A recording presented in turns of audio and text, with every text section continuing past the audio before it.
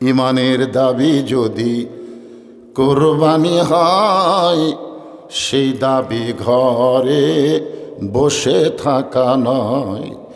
ইমানের দাবি হলো কিছু বিনিময়, সেই বিনিময় যদি কলিজার ঘাম হয়, সেই ঘাম দিতে জানো। আসসালামু আলাইকুম ওয়া রাহমাতুল্লাহি ওয়া বারাকাতুহু। আলহামদুলিল্লাহ আলহামদুলিল্লাহ নাহমাদুহু ওয়া নাস্তাঈনুহু ওয়া নাস্তাগফিরুহু ওয়া নু'মিনু বিহি ওয়া নাতাওয়াক্কালু আলাইহি ওয়া নাউযু বিল্লাহি মিন শুরুরি আনফুসিনা ওয়া মিন সাইয়্যাতি আ'মালিনা। من يهدي الله فلا مضل له ومن يضلله فلا هادي له। সকলে জবান খুলে বলেন আশহাদু আল্লা ইলাহা ইল্লাল্লাহু ওয়াহদাহু লা শারীকা লাহু وأشهد أن محمدًا عبده ورسوله الذي أرسل رسوله بالحق بشيرا ونذيرا وداعيا إلى الله بإذنه وسراجا منيرا. فقد قال الله تعالى في كلامه المجيد والفرقان الحميد। জবান খুলে সকলে পড়েন আউযু বিল্লাহি মিনাশ শাইতানির রাজিম। বিসমিল্লাহির রহমানির রহিম। ইয়া أيها الذين آمنوا اتقوا الله حق تقاته ولا تموتن إلا وأنتم مسلمون. إن الله وملائكته يصلون على النبي يا أيها الذين آمنوا صلوا عليه وسلموا تسليما. اللهم صل على محمد وعلى آل محمد كما صليت على إبراهيم وعلى آل إبراهيم إنك حميد مجيد. اللهم بارك على محمد وعلى آل محمد كما باركت على إبراهيم وعلى آل إبراهيم إنك حميد مجيد. مشرق حب محمد সকলে বলি সাল্লাল্লাহু আলাইহি ওয়াসাল্লাম। मतलाए दीवानी माँ मतलाए खुर्शीद इश्कास सीनाए सुजानी मा बलगल उला बिकमालिही कशफत दुजा बिजमालिही हसनत जमीओ खिसालिही सल्लो अलैहि व आलिहि ला इलाहा इल्लल्लाह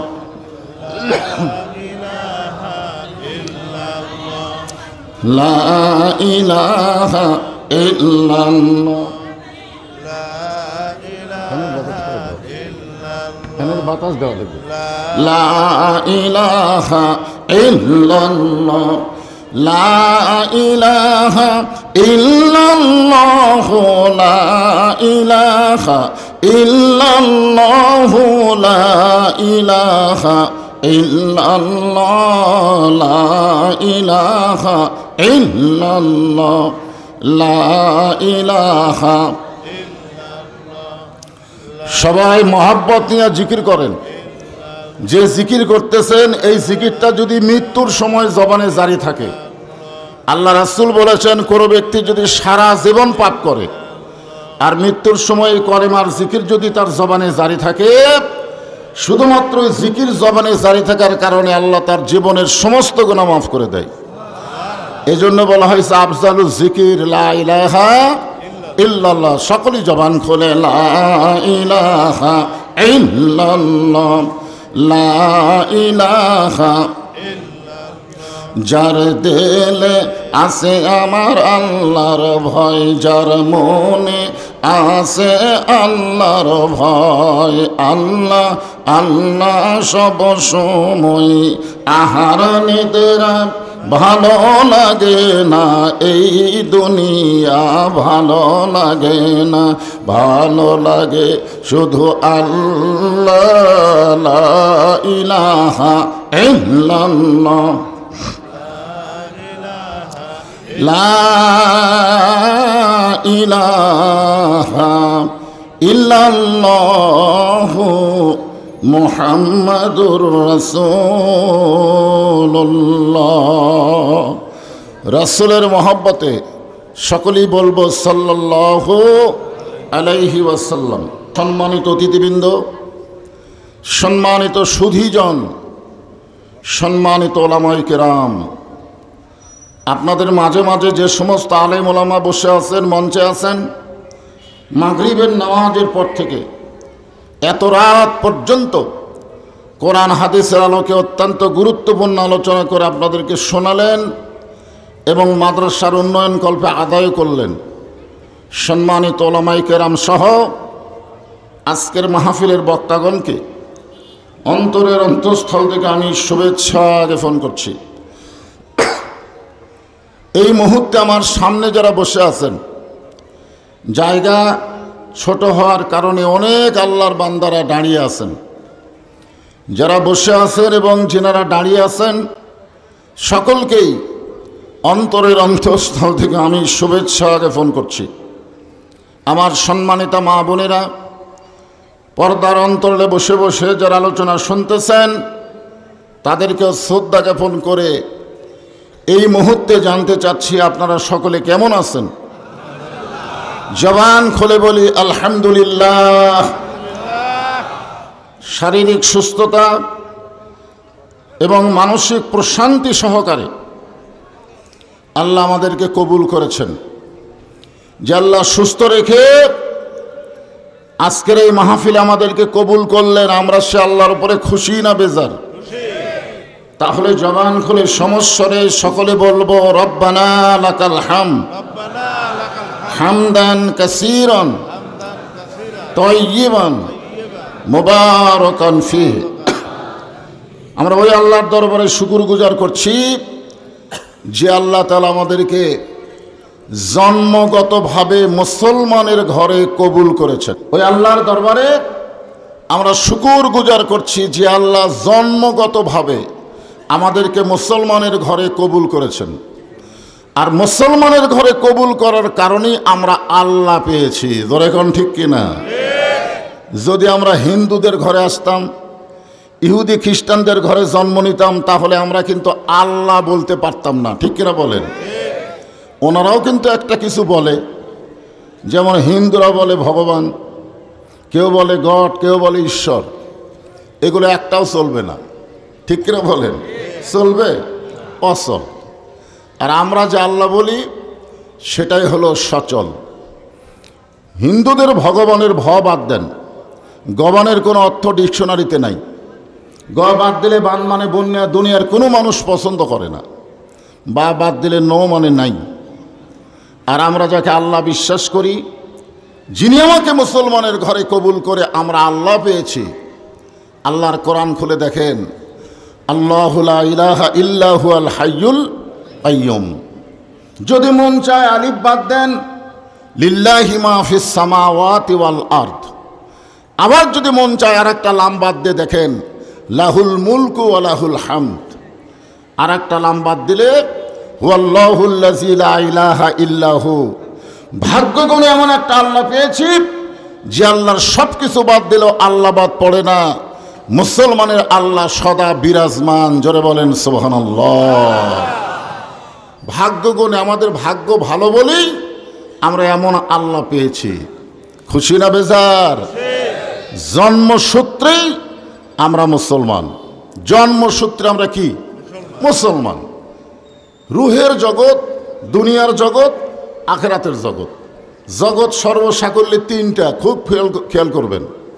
আমরা এক জগতে ছিলাম, বর্তমানে এক জগতে আছি, ভবিষ্যতে আর এক জগতে যাচ্ছি, ঠিক কিনা বলেন? কয় জগৎ? তিন জগৎ। এই তিন জগতের মধ্যে দুই জগতে আল্লাহ আমাদের উপরে খুশি আছেন। রুহের জগতে যদি আল্লাহ আমাদের উপর খুশি না থাকতো তাহলে দুনিয়ার জগতে আমরা মুসলমানের ঘরে আসতে পারতাম না। জোরে গান কথা, ঠিক কিনা? আর দুনিয়ার জগতে মুসলমানের ঘরে যখন আল্লাহ কবুল করেছেন, আশা করা যায় আখিরাতের জগতে আমাদেরকে জান্নাতে আল্লাহ কবুল করবেন ইনশাআল্লাহ। তিনের মধ্যে দুই, আমরা অতীত এবং বর্তমান আল্লাহ পাইছি। ভবিষ্যতে আমরা কাক পাবো এটা বিশ্বাস করতে হবে যে তিনের মধ্যে দুই যদি আল্লাহ আমাদের সঙ্গে থাকে, আর এক জায়গায় আল্লাহ আমাদের পর করবে। তো এই কারণেই আমরা বেশি বেশি আল্লাহর শুকরিয়া আদায় করব। লাইন শাকারতুম লাযিদান্নাকুম, যে যত বেশি নিয়ামতের শুকর আদায় করে আল্লাহ তার নিয়ামত তত বাড়ায় দেয়। আলহামদুলিল্লাহ। আমাদের ভাগ্য ভালো, আমরা ভাগ্যগুণে এমন একজন নবী পেয়েছি যিনি শুধু আমাদের নবী না, তিনি হলেন আমাদের নেতা। সুবহানাল্লাহ বলেন। আমরা দরুদ শরীফের মধ্যে বলি আল্লাহুম্মা সাল্লি আলা সাইয়্যিদিনা মুহাম্মদ। আমরা তার প্রতি দরুদ শরীফ পড়তেছি যিনি হলেন আমাদের নবী এবং আমাদের নেতা। আজকে আমরা অনেক মুসলমান নবীকে নবী বলে বিশ্বাস করি, কিন্তু নেতা হিসাবে মানতে চাই না। এরকম কিছু মুসলমান আমরা আছি না নাই? নবীর প্রতি দরুদ পড়ি, নবীরে সালাম করি দরুদের ভিতরে, কিন্তু নবীর সমাজ গড়ার কাজে অনেকের দ্বন্দ্ব মনে বাজে। আপনারা নবীর জীবনে, নবুয়তের জিন্দেগিটা আপনারা খেয়াল করবেন। নবী 13 বছর মক্কায় ছিলেন, 10 বছর ছিলেন মদিনায়। জোরে কোন কথা, ঠিক কিনা? মক্কার জীবন হলো দাওয়াতি জিন্দেগি, আর মদিনার জীবন হলো ইসলামকে পূর্ণাঙ্গভাবে মুসলমানের সামনে উপস্থাপন করার জীবনী। জোরে কোন কথা, ঠিক কিনা? আমরা একটা মানি আর একটা মানবার চাই না, যার কারণে আজকে আমাদের অবস্থা এরকম। আমরা ভাগ্যগুণে কেমন নবী পাইছি। আদম আলাইহিস সালাম একদিন রাস্তা দিয়ে যাওয়ার সময় দেখে তার বেটা শীশ আলাইহিস সালাম বসে আছে, কিন্তু বসার সাইজ নাই। জোরে কোন কি নাই? এই যে আপনারা সামনে ফাঁকা ফাঁকা বসেছেন, ওরা দাঁড়িয়ে আছে, বসার জায়গা পাচ্ছে না, আর এই জায়গায় আপনারা ফাঁক ফাঁক হয়ে বসেছেন। কি মনে হচ্ছে আপনার যদি একটু চেপে বসেন তাহলে ওখানকার দাঁড়ানো 3-4টা ভাই এই সাইডে একটা জায়গা পায়। বসার একটা সাইজ আছে না নাই? জোরে কোন আছে না নাই? হাসিনা বসেছিল কয় বছর? জোরে বলেন, কয় বছর? 15 বছর হাসিনা এমন ভাবে বসে আছিল, বসার সাইজ নাই, সাইজা। দিনের ভোট রাতে করে, প্রার্থী না পাইলে ড্যামি নির্বাচন করে। মনে করছিল এই যে বসেছি আর আমি উঠব না, আল্লাহ খায় এমন ভাবে তুলবো বাংলার জমিনে তোর আর থাকতে দেব না। জোরে কোনো কথা ঠিক না? এই জন্য বসারও একটা সাইজ আছে, সাইজ মতো বসেন। যিনি যেখানে বসে আছেন যদি মনে করেন আমার কাছে একটু ফাঁকা আছে, তাহলে আপনার দাঁড়ানো ভাইকে বসার ব্যবস্থা করে দিবেন। কারণ সবাই জানি গোটা পৃথিবীর মধ্যে সবচাইতে ঘনবসতি দেশ হলো বাংলাদেশ। এরপরে 12 লক্ষ রোহিঙ্গা মুসলমানকে আমরাই জায়গা দিয়ে প্রমাণ করেছি, জায়গা দেওয়ার অভ্যাস আমাদের আছে। জোরে করে আছে না নাই? তো রোহিঙ্গা মুসলমানকে যদি জায়গা দিবার পারেন, যারা দাঁড়িয়ে আছে এরা কি রোহিঙ্গা? এরা তো আপনাকেরই ভাই। একটা ভাই যদি কোনো জায়গায় যায়, আপনি কি বলেন, আসেন বসেন ভাই। এই বসাটা রাসূলের তরিকা অনুযায়ী সুন্নাত। এই জন্য আপনারা আপনাদের ভাইদেরকে বসার ব্যবস্থা করবেন। যদি আর কোনো জায়গা না থাকে আর চাপার দরকার নাই, কারণ এখনও গরম আছে। এটা মাঘ মাস না, পৌষ মাস না যে আমি বলবো খালি চাপতেই থাকেন। এখনও গরম আছে না নাই? যদ্দূর চাপা যায় তদ্দূর আপনারা চাপবেন। এটা হলো বসার সাইজ। কিন্তু আদম সাল্লাম দেখে তার বেটা শীষ আলাইহিস সালাম বসে আছে, কিন্তু বসার সাইজ নাই, বে সাইজে। তা আদম বললেন, বাবা শীষ এরকম বে সাইজে বসার কারণ কি? শীষ আলাইহিস সালাম বলতেছে কারণ হলো 3টা। ধরে বলেন কয়টা? 1 নম্বর কারণ হলো আমার বাবা আল্লাহর নবী, 2 নম্বর কারণ হলো আমি নিজেও আল্লাহর নবী, আর 3 নম্বর কারণ হলো দুনিয়াতেই আমি বউ পাইছি বেহেশতের হুর। কারণ কয়টা? আপনার বলেন তো এই 3 কারণ কেমন কারণ? 1 নম্বর কারণ হলো আমার বাবা কি আল্লাহর নবী, 2 নম্বর কারণ হলো আমি নিজেও আল্লাহর নবী, আর 3 নম্বর কারণ হলো দুনিয়াতেই পাইছি বেহেশতের হুর বউ হিসাবে। আমরা জান্নাত পাইলে তারপরে হুর পাবো, ঠিক কিনা বলেন? আপনারা আমার ওয়াজ নসিহত শুনে দেখবেন, আমার ক্যাসেটে হুরের কোনো ওয়াজ নাই, হুরের কোনো ওয়াজ নাই। আপনারা পাবেন না, বহু ওয়াজ পাবেন, কিন্তু হুরের ওয়াজ নাই। এই হুরের ওয়াজ বন্ধ করছি আমার বইয়ের ঠেলায়। হ্যাঁ, আমি একদিন আমার বইয়ের কাছে রাত্রিবেলা গল্পে গল্পে বলতেছিলাম, আল্লাহ যদি আমাকে জান্নাত দেয়, জান্নাতে হুর পাবো। তা আমার বউ বলতেছে হুর কি? আমি বললাম হুর হলো সুন্দরী নারী, নাকি খুবই সুন্দরী। বউ বলে সাইজ কীরকম? তখন আমি বললাম নাকের সাইজ এরকম হবে, মুখের সাইজ এরকম হবে, চোখের সাইজ এরকম হবে। খালি 3টা সাইজ বলতে বলতে দেখে বউ বালুস বগলের তলে নিয়ে বের হয়ে যাচ্ছে। আমি বললাম কোথায় যাও? বলে আপনি হুর নিয়ে থাকেন, আমার দরকার নাই। আমি সেই দিন থেকে চিন্তায় পড়ে গেলাম যে হুরের গল্প করে মেয়ে মানুষরা বেজার হয়। জোরে কোন কথা ঠিক কিনা? আমার মা বোনদের আমি বেজার করতে চাই না।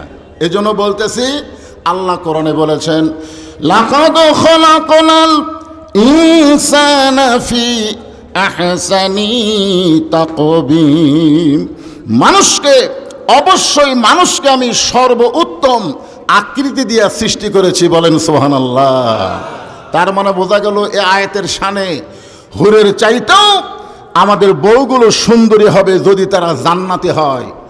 প্রত্যেকটা নারী জান্নাতে হলে আল্লাহ তাদের হুরদের নেত্রী বানায় দেবে। জোরে এখন সুবহানাল্লাহ। হ্যাঁ, সেই জন্য শীষ আলাইহিস সালামের ভিতরে একটু গরম গরম ভাব। বাপু আল্লাহর নবী, নিজেও আল্লাহর নবী, বউ পাইছে জান্নাতের হুর। এই গরমকে সাইজ করার জন্য আদম বললেন, বাবা শীষ নবীর বেটা নবী না হইয়া বেহেশতের হুরের স্বামী না হইয়া আখিরি জাহানের পয়গম্বরের উম্মত যদি হতে পারতা, তোমার জীবন ধন্য হয়ে যেত।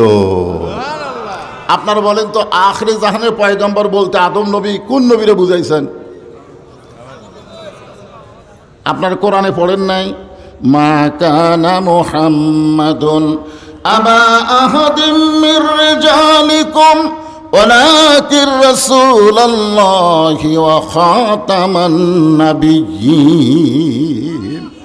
আমাদের নবী হলেন কৃষ্ণ। কি নবী? শেষ নবী। জোরে বলেন কি নবী? আমাদের নবীর পরে আর কোন নবী, জোরে বলেন নাই। আমাদের নবীর পরে আর কোন নবী। যারাই নবুয়তের দাবি করবে বুঝবেন তারা ভণ্ড। জোরে কোন কথা ঠিক কিনা? তাহলে কাদিয়ানীরা যাকে নবী মনে করে সে কি? ভণ্ড। জোরে বলেন কি? আমাদের নবীর পরে কেউ যদি কাউকে নবী বলে স্বীকার করে, সঙ্গে সঙ্গে সে আর মুসলমান থাকবে না, সে কাফের হয়ে যাবে। এই দলিলে কাদিয়ানীরা মুসলমান না, কাদিয়ানীরা হলো কাফের। জোরে বলেন ঠিক কি না? আমি যেই বলবো কাদিয়ানী, আপনারা বলবেন কাফের। কাদিয়ানী আরো জোরে জোরসে বলেন। আমাদের বাংলাদেশে এখন অনেক কাদিয়ানি আছে, তারা নিজকে মুসলমান দাবি করে। আজকে যে আপনারা কাদিয়ানি কাফের বললেন, মনে করতেছেন এ ওয়াজটা খালি আপনাদের এলাকায় থাকবে? এই মিডিয়ার মাধ্যমে গোটা বিশ্বময় ছড়ায় পড়বে যে পুরুলিয়ার ময়দানে মুসলমানেরা নবীর উম্মত হয়ে বিশ্বনবীকে ভালোবেসে কাদিয়ানীদের কাফের ঘোষণা করেছে। জোরে কার কথা ঠিক কিনা? তবে আমরা যতই ঘোষণা করি কাম হবে না। ভাইরা যখন সংসদে যাবে, এই সংসদে যাওয়ার পরে যদি কাদিয়ানীদের কাফের ঘোষণা করে, তারপরে মূলত কাদিয়ানীরা কাফের বাংলাদেশে ঘোষিত হয়ে যাবে। জোরে কার কথা ঠিক কিনা? আমরা মৌলানা প্রত্যেকটা মাহফিলে আমরা কাদিয়ানীদের কাফের বলতেছি, কিন্তু কাফের হচ্ছে না, কারণ আসল জায়গা থেকে কাম হচ্ছে না। কি? হ্যাঁ, এই জন্য ওই জায়গা থেকে ওদের কাফের ঘোষণা করা লাগবে, আলেম ওলামাদের দাবি। কারণ এই আয়াতকে যদি বিশ্বাস করেন, যেখানে আল্লাহ কোরআনে ডাইরেক্ট বলেছেন আমাদের নবীর পরে আর কোনো নবী নাই, আদম বলতেছেন বাবা শেষ, ওই শেষ নবীর উম্মত যদি হতে পারতে তোমার জীবন ধন্য হয়ে যেত। শীষ আলাইহিস সালাম আর বসে থাকে? লাভ দুটো বলতেছে বাবা, নবীর বেটা নবী না হইয়া, বেহেশতের হুরের স্বামী না হইয়া শেষ নবীর উম্মত হলে আমার জীবন ধন্য হতো কেমনে? কি কারণে ধন্য হতো? তখন আদম বলতেছে বাবা শীষ, আমি জীবনে একটা ভুল করেছিলাম। জীবনে কোনো অপরাধ করেনি, কোনো নবীরাই কোনো অপরাধ করেনি। এই জন্য নবীদেরকে বলা হয় কুল্লু নাবিউন মাসুমাইন, প্রত্যেকটা নবীরা হলো বেগুনা মাসুম। ধরে কারণ সুবহানাল্লাহ। নবীদের শানে বুঝে কথা বলা লাগবে, ঠিক কিনা বলেন? আমরা নবীদের শান বুঝি না। বিশেষ করে আমাদের নবী কি নবী? খালি শেষ নবী বললে হবে? হ্যাঁ, ওনার শান বুঝতে হবে। আজকে নবীর শান একটু ব্যাসাইজ করে কোনো বক্তা কথা বললে সাথে সাথে সেটা কি হয়ে যায়? গোটা বিশ্বময় প্রচার হয়, ওই বক্তাকে তওবা করতে বাধ্য করা হয়। জোরে কোন কথা ঠিক কিনা? খালি বলেছে নবী সাংবাদিক ছিলেন, আর শেষ। এই জন্য খুব খেয়াল করে কথা বলা লাগবে আমাদের নবী সম্পর্কে, ঠিক কিনা বলেন? প্রত্যেকটা নবী হচ্ছেন বেগুনা মাসুম, তাদেরকে আল্লাহ কোনো খাতা কোনো গুনাহ করে নেয়নি, তবে ভুল করেছেন। আদম নিজেই বলতেছেন আমি একটা ভুল করার কারণে আল্লাহ আমাকে 350 বছর কাঁদাইছেন, একটা ভুল। তো শীষ আলাইহিস সালাম বললেন বাবা সেই ভুলটা কি? বলে ভুলটা হলো তোমার মায়ের দিকে আমার খেয়াল ছিল না। ভুলটা হলো তোমার মায়ের দিকে আমার কি ছিল না? খেয়াল। খেয়াল খুব খেয়াল করবেন। আজকে আপনি আপনার বইয়ের দিকে খেয়াল না করার কারণে আজকে কিন্তু সমাজের মধ্যে নানা ধরনের অশান্তি চলতেছে। আল্লাহ বলেছিলেন ওয়ালা তাকরাবাহা শাজারাতি ফাতাকুনা মিনাজ জালিমিন, ওই গাছের কাছে যাইও না, গাছের কাছে গেলে জালেম হবে। আমি তোমার বাবা কোনোদিন গাছের দিকে একবার তাকায়াও দেখি নাই, কারণ যেখানে আল্লাহ যাইতে নিষেধ করেছে সে গাছের দিকে তাকায় লাভ আছে? জোরে কান কোনো লাভ আছে? আল্লাহর নিষেধ মানে ওটাই আল্লাহর হুকুম। আমি আল্লাহর হুকুমকে মানার জন্যে এক পায়ে দাঁড়িয়ে গেলাম, কিন্তু তোমার মায়ের নাম কি হাওয়া, ওই গাছের দিকে তার নজর পড়ল যে আল্লাহ ওই গাছটা নিষেধ করলো কেন? কারণ নিষেধ করলেই নারীদের আকর্ষণ বাড়ে। জোরে কোন কথা ঠিক কিনা? বিশ্বাস যদি না করেন, আপনি বউকে পরীক্ষা করে খালি বলবেন এই কথাটা গোপন কাউরে যেন বলো না। এ কথা যদি আপনি শর্ত করে দেন এই গোপন কথা কাউরে যেন বলো না, ওই যতক্ষণ না বলবে ততক্ষণ ওর পেটের ভুটভুটি বন্ধ হবে না। জোরে কোন কথা ঠিক কিনা? খালি একটা কথাই বলবে আমি তোমাকে বলতেছি বিশ্বাস করে, এ কথা কাউরে কইও না। ও আবার আরেকজনকে বলবে আমি তোমাকে বিশ্বাস করে বলতেছি, এ কথা কাউরে যেন কইও না। যে মেয়েরা কথা হজম করতে পারে না সেই মেয়েদেরকে যদি ক্ষমতার চূড়ান্তে বসায় দেন তাহলে বাংলাদেশও বেসাইদ হয়ে যাবে। জোরে কোন কথা ঠিক কিনা? এই জন্য আল্লাহ কোরআনে বলেছে আর রিজালু কাওয়ামুনা আলান নিসা, পুরুষরা থাকবে নারীদের উপরে, নারীদের তলে পুরুষ যাওয়া চলবে না। জোরে কোন ঠিক? এটা কি আমার কথা? কার কথা? আল্লাহর কথা। হ্যাঁ, তো এক সময় শয়তানের ওয়াসওয়াসায় পড়ে তোমার মা ওই গন্ধম গাছের কাছে গেছে, বাপ হয়ে বেটাকে ওয়াজ শোনাচ্ছে। শুধু গন্ধম গাছের কাছে যায়নি, গন্ধম ফলও খাচ্ছে। শুধু গন্ধম ফল খায়নি, শয়তানের ওয়াসওয়াসায় আমাকেও শরবতের মধ্যে খাওয়াইছে। আমি যখন জানতে পারলাম শরবতের মধ্যে গন্ধম মিশ্রণ করেছে, তখন আমার ডান হাতখানা মুখের মধ্যে ঢুকাই দিলাম। যতদূর পর্যন্ত হাত যায় ততদূর পর্যন্ত হাত ঢুকাই দিয়ে আমি রক্ত বমি করলাম। আমি যখন রক্ত বমি করতেছি কষ্টে, এমন সময় আল্লাহ বললেন, আদম জান্নাত থেকে বের হয়ে যাও। আমি তখন আল্লাহকে বললাম, আল্লাহ আপনি সবই দেখতেছেন, আল্লাহু আলিমুম বিজাতিস সুদূর, আমার অন্তরের খবর জানে কে? মুখে যতই কথা বলি, অন্তরের সাথে কথার যদি মিল না থাকে, লিমা তাকুলু মা লা তাফাইলুন, আল্লাহ বলেছেন কথার সাথে কামের মিল নাই, এরা হলো মুনাফিক। জোরে কেন এরা কি? আল্লাহ বলেছেন, আমিনান নাসি মান ইয়াকুলু আমান্না বিল্লাহি ওয়া বিল ইয়াউমিল আখিরি ওয়া মা হুম বিমুমিনিন। মানুষের মধ্যে এমন কতগুলো মানুষ আছে যারা আল্লাহকে বিশ্বাস করে, আখিরাতকে বিশ্বাস করে, এরপর আল্লাহ বলেছেন ওয়া মা হুম বিমুমিনিন, তারা এখন পর্যন্ত মুমিন হতে পারেনি। তারা আমরা বুঝতে হবে, আল্লাহ বিশ্বাস করলে আখিরাত বিশ্বাস করলে হবে না, আরো কিছু বিশ্বাস এবং কাজ করা লাগবে। জোরে কোন কথা ঠিক কি?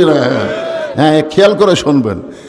তো আল্লাহ যখন আমাকে জান্নাত থেকে বের হওয়ার হুকুম দিলেন, আমি তখন বললাম, আল্লাহ আপনি সব কিছু দেখেন, সব কিছু জানেন, অবশ্যই আপনি জানেন আমার কোনো দোষ নাই। আমি গাছের কাছে যাইও নি, ফল আমি খাইও নি, আমার যে খাওয়াইছে আমি জানবারও পারিনি। জানবার যখন পারছি তখন মুখের মধ্যে হাত দিয়ে রক্ত বমি করছি। এখন বলেন তো আল্লাহ আমার দোষ কোন জায়গায়? আল্লাহ বলেন, আদম আসলেই তোমার কোনো দোষ নাই। সুবহানাল্লাহ বলেন। পুরুষ জাতিরা জোরে সুবহানাল্লাহ বলেন। আল্লাহ বলতেছে, আদম তোমার কোনো দোষ নাই। তার মানে বোঝা গেল আমরা দোষ মুক্ত পুরুষ মানুষ। জোরে কোন কথা ঠিক কিনা? আমাদের কোনো দোষ নাই। কিন্তু হাওয়া তোমার কে হয়? আদম বলতেছে, আল্লাহ হাওয়া আমার বউ হয়।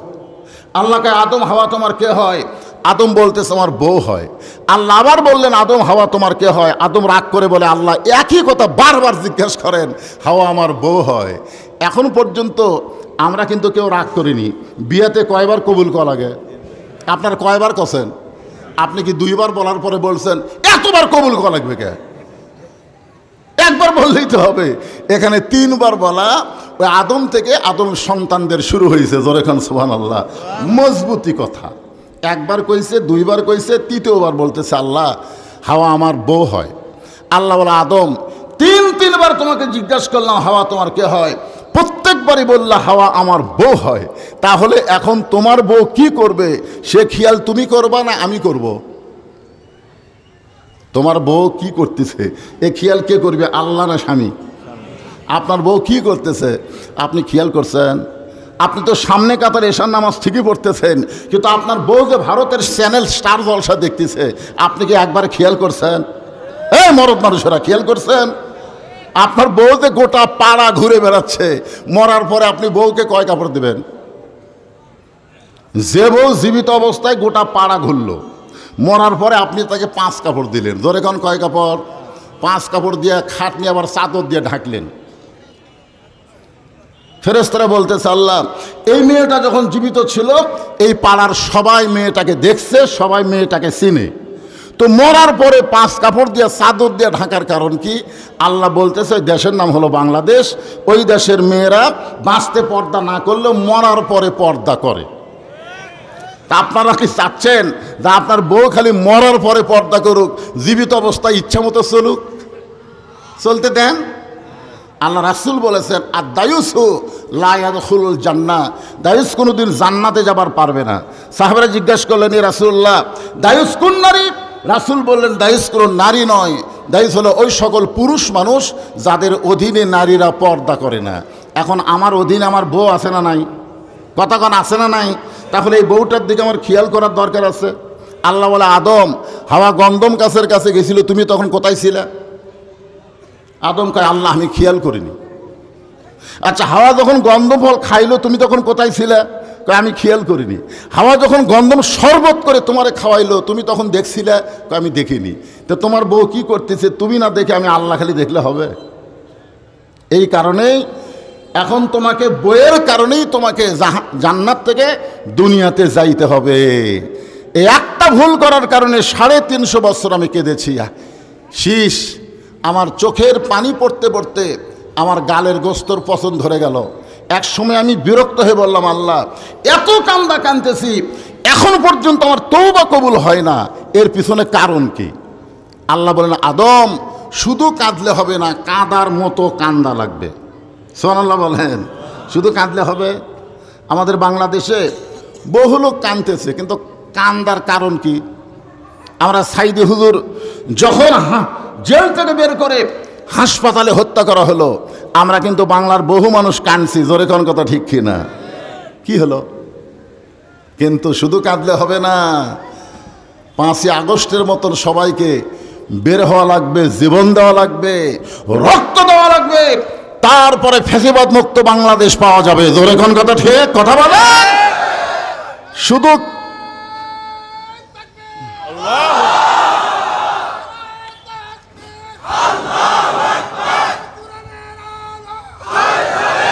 লিল্লাহে তাকবীর।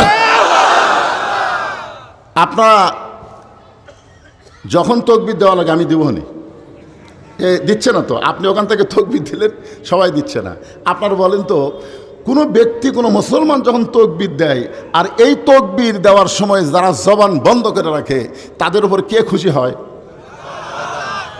শয়তান কিন্তু সারা দিন যদি আপনি সুবহানাল্লাহ সুবহানাল্লাহ সুবহানাল্লাহ আলহামদুলিল্লাহ আলহামদুলিল্লাহ বলেন, শয়তান বেজার হবে না। আল্লাহ খুশি হবে, কিন্তু শয়তান বেজার হবে না। কিন্তু যখন আল্লাহু আকবার বলবেন, তখন আল্লাহ খুশি হবে আর শয়তান এত জোরে দৌড় মারবে। আল্লাহ রাসূল বলেছেন, যত জোরে তাকবীর দিবা তত জোরে শয়তান দৌড় দিবে। দৌড়ের কারণে ওর পিছন দিয়ে বাতাস বের হবে। কিন্তু সমস্যা আছে, যাদের ভিতরে মিন শারিল ওয়াসওয়াসিল খান্নাস, যাদের ভিতরে শয়তান বসে আছে, তারা কিন্তু সব বলবার পারবে, কিন্তু এই তাকবীর দিবার পারবে না। ধরে কোন কথা ঠিক কিনা? কারণ ওই শয়তানেরই লোক। শয়তান বলতেছে, কোরআনের মাহফিল থাকলে মনে করিস না মুসলমান, তোদের দলে আছে এইটা মনে করিস না। ও গোপনে আমার সঙ্গে চুক্তি করেছে, ও সব বলবে কিন্তু আল্লাহু আকবার বলতে পারবে না। ধরে কোন কথা ঠিক কিনা? এই জন্য কীভাবে বলান লাগে আমি আপনাদের মুখ দিয়ে বের করবো। মাঝখান থেকে হঠাৎ বলবেন, 2-4 জন বলবে, এতে তাকবীরের অসম্মান হবে। আমার কথা কি বুঝলেন? হ্যাঁ, আসুন যে কথাটা বলতেছিলাম, যে শুধু কাঁদলে হবে না, কাঁদার মতো কান্দা লাগবে। অনেক বছর আগে বগুড়ার ভিতর একটা মাহফিল করতেছিলাম, এক ব্যক্তি এসে বলতে, হুজুর আপনার ওয়াজের আমি একটা গান গাবো, গজল গাবো। আমি বললাম ঠিক আছে গান। তখনও বলতেছি, ইউনুস কান্দে মাছের পেটে, ইব্রাহিম কান্দে অগ্নি কুণ্ডে, বনবাসে পয়দারে কান্দে বিবি হাজেরা রে, আল্লাহ কানতে জানি না রে, আল্লাহ ডাকতে জানি না। এই গজল গাচ্ছে আর কানতেছে। ফেরেশতারা বলতেছে, আল্লাহ ইজিহারে কানতেছে, আর রেজাল্ট কি? আল্লাহ বলতেছে জাহান্নাম। কারণ ইউনুস মাছের পেটে কান্দেনি, ইব্রাহিম নবী অগ্নিকুণ্ডে কান্দেনি, কিন্তু নবীদের সামনে মিথ্যা কথা বলতেছে। আপনার বলেন তো, ইউনুস মাছের পেটে গিয়ে কানছে? আমাদের সবার জন্য একটা দোয়া পাওয়া গেছে এই মাছের পেটে যায়। বর্তমানে বাংলাদেশে যিনি ইন্টারিম ক্ষমতায় আছে, যাকে আমরা কি সরকার বলি, তত্ত্বাবধায়ক সরকার বলা যাবে না, অন্তর্বর্তীকালীন সরকার, তার নাম কি? কথা কয় না, নাম কি? আচ্ছা, ইউনুস যখন প্রথম বাংলাদেশের ক্ষমতায় বসলো, তখন ভারত কিন্তু খুশি হয়নি। ভারত কি আপনারা জানেন না? 1 বছর যাতে যাতে ভুলে গেলেন নাকি? ভারতের তো সেই রাগ, বাংলাদেশে পেঁয়াজ বন্ধ করবি, আলু বন্ধ করবি, চিনি বন্ধ করবি, সব বন্ধ করবি। বাংলাদেশকে কোণঠাসা করার জন্যে নানা ধরনের ষড়যন্ত্র ভারত করলো। ধরে কোন কথা ঠিক কিনা? তখন আমি একটা কথা বলেছিলাম, মাছের পেটে যায় যদি আল্লাহ ইউনুস নবীকে হেফাজত করে, আমাদের বাংলাদেশের ইউনুস যদি সঠিক পথে থাকে, তাহলে ভারতের কোনো ক্ষমতা নাই তার পশমের কোনো ক্ষতি করতে পারে। ধরে কোন কথা ঠিক কিনা? কারণ নামের মধ্যে একটা বরকত আছে, আছে না নাই? নামের মধ্যে একটা বরকত নাই? তো মাছের পেটে ইউনুস নবী কান্দেনি, একটা দোয়া পড়ছে। সে দোয়াটা আপনারা জানেন, লা ইলাহা ইল্লা আনতা সুবহানাকা ইন্নী কুনতু মিনাজ জালিমিন। যখন বিপদে পড়বেন এই দোয়া বেশি বেশি, আল্লাহ তাআলা বিপদ মুক্ত করে দেবে। আপনারা বলেন তো ইব্রাহিম নবী অগ্নিকুণ্ডে কাঁদছিল, কান্দে নাই। অগ্নিকুণ্ডকে আল্লাহ শান্তির বাগান বানায় দিছে। শান্তির বাগান যদি বানায় দেয় তাহলে কান্নার কোনো দরকার আছে? যাবার চাচ্ছে একটু শুনলে ভালো হলো না। আচ্ছা আচ্ছা ঠিক আছে। আচ্ছা এই চেয়ারে একজন বসেন, চেয়ার ফাঁকা থাকা যাবে না, সামনের দিকে একজন বসেন। চেয়ারে ওই চেয়ার বসেন বসেন বসেন, সামনে চেয়ারগুলো ফাঁকা না রেখে ওই ফাঁকা জায়গা শয়তান বসবে, বোঝেন না কিছু? ফাঁকের মধ্যে শয়তান বসবে। হ্যাঁ কি বলতেছিলাম, যে শুধু কাঁদলে হবে না, কাঁদার মতন কান্দা লাগবে। আদম নবী চমকে গেলেন, কাঁদার মতন কান্দা কি? তখন তিনি কান্নার সাগরের মধ্যে ডুব দিলেন। সুবহানাল্লাহ বলেন। এতদিন 350 বছর খালি কাঁদছে, কাঁদতে কাঁদতে চোখের পানি পড়ে গোস্ত পচে খসা গেছে, কিন্তু কাম হচ্ছে না। কান্নার সাগরে যখন ডুব দিলেন ওই সময় দেখতে পাই জান্নাতের দরজায়, কান্নার সাগরে যখন ডুব দিয়েছে তখন তার 2 চোখ বন্ধ করে অন্তর্চক্ষু দিয়া দেখতে পায় জান্নাতের দরজায় খোদাই করে লেখা আছে লা ইলাহা ইল্লাল্লাহু মুহাম্মাদুর রাসূলুল্লাহ সাল্লাল্লাহু আলাইহি ওয়াসাল্লাম। আদম বলতেছে আল্লাহ পাইছি পাইছি। আল্লাহ বলে কি পাইছো? বলে কান্নার সাগরে ডুব দিয়ে দেখতে পাইলাম জান্নাতে তোমার লা ইলাহা ইল্লাল্লাহর সঙ্গে মুহাম্মাদুর রাসূলুল্লাহ। এতদিন 350 বছর লা ইলাহা ইল্লাল্লাহর কাছে কেঁদেছি, এখন মুহাম্মদ রাসূলুল্লাহর ওসিলায় আমি একটু কানবার চাই। আল্লাহ কয় আদম আর কান্না লাগবে না, ওই নামটা ওসিলা করার সঙ্গে সঙ্গে আমি আল্লাহ তোমাকে মাফ করে দিলাম। তাহলে আজকে যারা বাংলাদেশে মুসলমান বলে দাবি করতে চান, শুধু লা ইলাহা ইল্লাল্লাহ বললে হবে না, মুহাম্মদ রাসূলুল্লাহকে মানা লাগবে। জোরে কোন কথা ঠিক কি না? মুহাম্মদ রাসূলুল্লাহকে কি করা লাগবে? মানতে হবে। কুল হে রাসূল আপনি বলেন ইন কুনতুম তুহিব্বুনাল্লাহ ফাত্তাবিউনি ইউহিব্বুকুমুল্লাহ ওয়া ইয়াগফির লাকুম যুনুবাকুম আল্লাহু গফুরুর রহিম। আল্লাহ বলতেছে হে রাসূল আপনি বলে দেন, কেউ যদি আমি আল্লাহকে ভালোবাসতে চায় বা আল্লাহর ভালোবাসা পাবার চায় তাহলে ফাত্তাবিউনি আপনাকে ইত্তেবা করা লাগবে, আপনাকে অনুসরণ করা লাগবে। আপনাকে অনুসরণ করলেই আমি আল্লাহ তাকে ভালোবাসবো, আর আমার ভালোবাসা হলো তার জীবনের সমস্ত গুনাহ খাতা আমি আল্লাহ মাফ করে দিব। তাহলে রাসূলকে ভালোবাসা মানে রাসূলকে খালি নবী হিসাবে জানলে হবে না, নেতা হিসাবে তাকে গ্রহণ করা লাগবে। জোরে কোন কথা ঠিক কি না? কতগুলো চামচা কয় না আমার নেতার চরিত্র ফুলের মতন পবিত্র, নামাজ পড়ে না একক্ত, এগুলা নেতা। জোরে কোন এগুলার নেতা। একজন মুসলমান হিসাবে যাকে তাকে নেতা না বলে ওয়া ইন্নাকা লাআলা খুলুকিন আযীম। আল্লাহ কোরআনে বলেছেন লাকাদ কানা লাকুম ফি রাসূলিল্লাহি উসওয়াতুন হাসানা। যদি সফলতা অর্জন করতে চাও রাসূলকে তোমাদের আদর্শ হিসাবে গ্রহণ করে নাও। আমরা সেই নবীকে ভাগ্যগুণে নবী হিসাবে পেয়েছি।